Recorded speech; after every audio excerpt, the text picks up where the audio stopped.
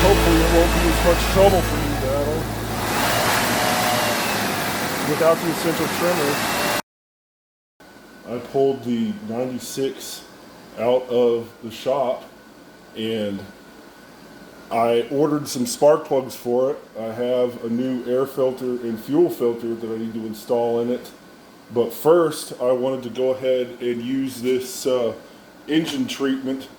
Olds guy used it in his 2017 Ford F-250 with the 6.2 liter V8, and he said it seemed to work okay.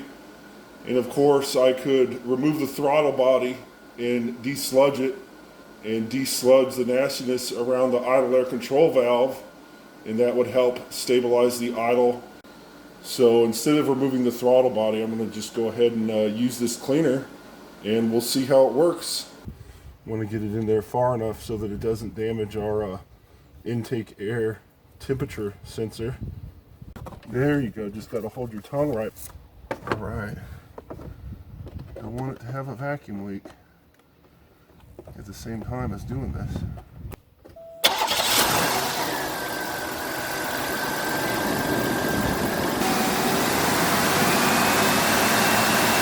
Alright, Mama 64 is helping. Alright, holding about 2,000. I'm surprised it's not smoking like a locomotive. Well, I saw a little bit of smoke off of the front exhaust manifold. That could have just been due to the valve covers leaking. Still no smoke out the tailpipe, Battle. If you have to give it a little bit more gas, go ahead and give it a little bit more.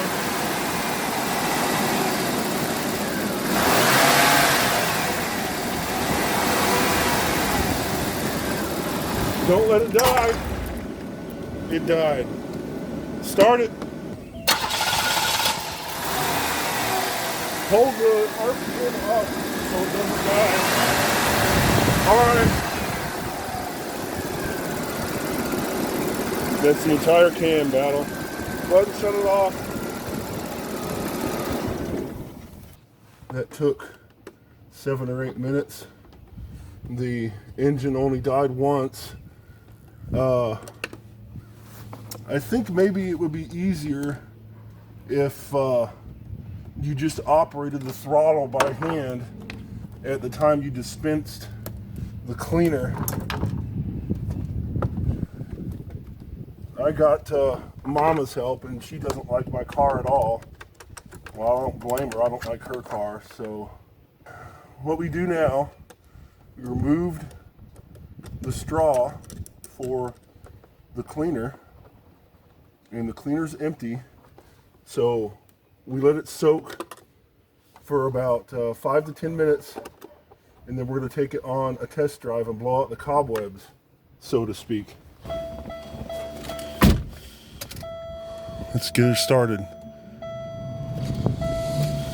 Well, she started.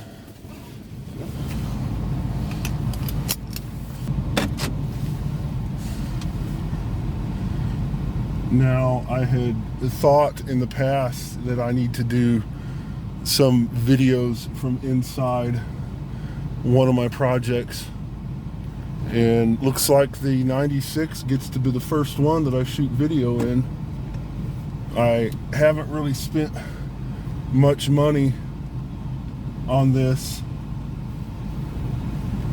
I got the tripod and the camera mounts, so we'll see how my 96 does on this little test run. Per the manufacturer's directions, we let it soak for about 8 to 10 minutes, and now we're going on the test run. What I need to do is get a camera mount for the side of the car, especially since the 71 is going to be running here pretty soon. Then I can get a shot down low, maybe at the fender skirt, and that would give you a good view of how big the 71 is. Which I don't like the way they make cars now. Tiny, with a bucket seat. They want you to feel like you're in a fighter jet. Whatever happened to the bench seat? I guess me and the 2 or 3 other people that want that option, right? In our truck. They don't even make full-size sedans anymore. Seems pretty stable.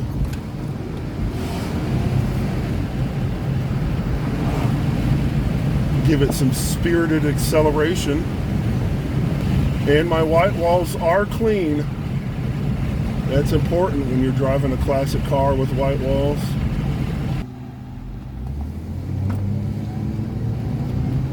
Spirited acceleration. Hey, there's an oldie. Behind an older Mercedes. Well, I'd say older. 10 or 12 years old. I don't know the European cars very well. But it's an S550, so it's the big Mercedes. I figure if you're going to drive a car, it might as well be a big car. I'd say there's an improvement. I guess I didn't show you it before. All you're getting is the after. A good friend of mine, he has a 74 Mercury Capri, and he had ridden in the 96 before, and he commented, oh, the idle's a little bit rough. Maybe those injectors need cleaning. Which I had actually bought a kit on the international shopping website. You know the one. To rebuild the injectors, and it came and it was not as advertised, so thankfully I was able to send it back and get my money back. But all it was a kit with the O-rings, seals, and washers in it. And I do have spare injectors for the 3.8 liter in my 96. And I did desludge the intake manifold and throttle body on this car when I first bought it 50,000 miles ago. But of course 50,000 miles adds up. Check out old Red over there, Battle.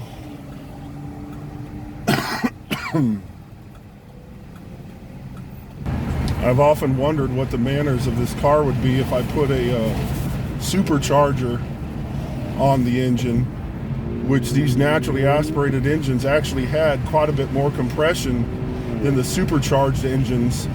So you got to be careful that the bottom end doesn't tear itself apart with pre-ignition and detonation if you put a supercharger on a naturally aspirated 3.8 liter.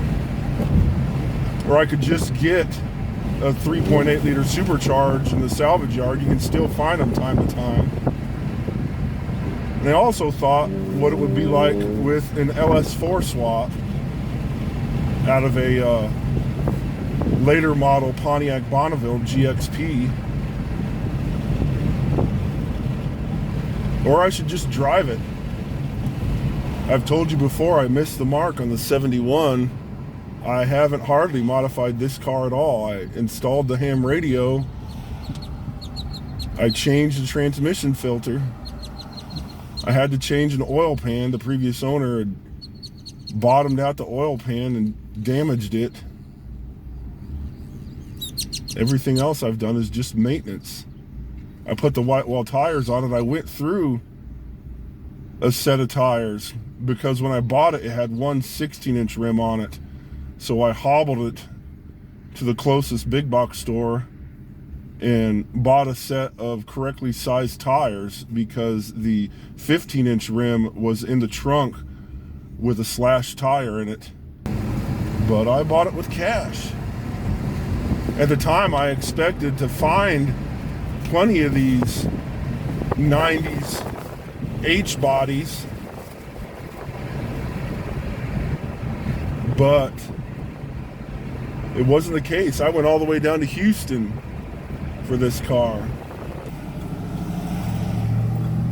I think there's been a noticeable improvement in the idle stability. And there's Olds64's favorite place in town. And just a hole in the ground to shovel money into for my 3 projects. I had thought to myself, I need to get some mounts for the camera to put in my car because I have no idea if this footage is turning out. Actually, I don't think I have the footage, but Last summer when I started doing these videos, I tried to get footage in my 96 going to the local Cars and Coffee, and all it was footage of the birds and sky and the occasional stoplight. So hopefully this is turning out better. Late model Mustang. Some late model BMWs, they all look the same. Sort of like a kidney bean. Which I guess my 96 was right at the start of that. At least it has fender skirts though. What a day to be driving an Oldsmobile.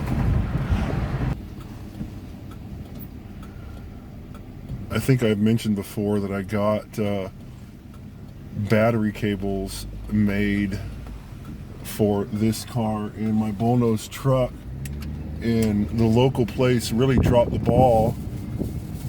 I thought about it because I heard the blinker just now, because there for a while the battery cables on this car, the gauge was too small.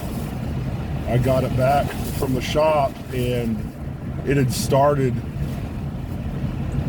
destroying that little cable,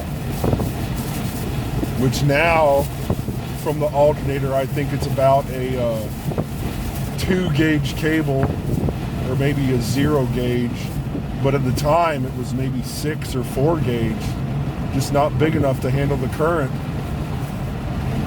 So the alternator wasn't doing a good job of charging the battery, and the turn signals would blink really slowly or not at all. But like with the battery cables on my bullnose truck, I talked to the owner of the local shop and he and I came to an understanding. But I got a crimper and finished up the battery cables. Better than anything you can buy at the parts store. I think that's a late model Corvette, Battle, one of the mid-engine ones. Yep, pretty sure it is. And I don't know if you can see it right now, Battle, but there's a 63 or 64 Corvette convertible in the rear view mirror right behind me. Much more significant sighting than a late model Corvette. Here we are, Battle. Let's go inside for a debrief. Well, Battle, it's gone. I'd say mission success. It was well worth the $15. Thanks for doing the drive around with me. Make sure you tune in next time.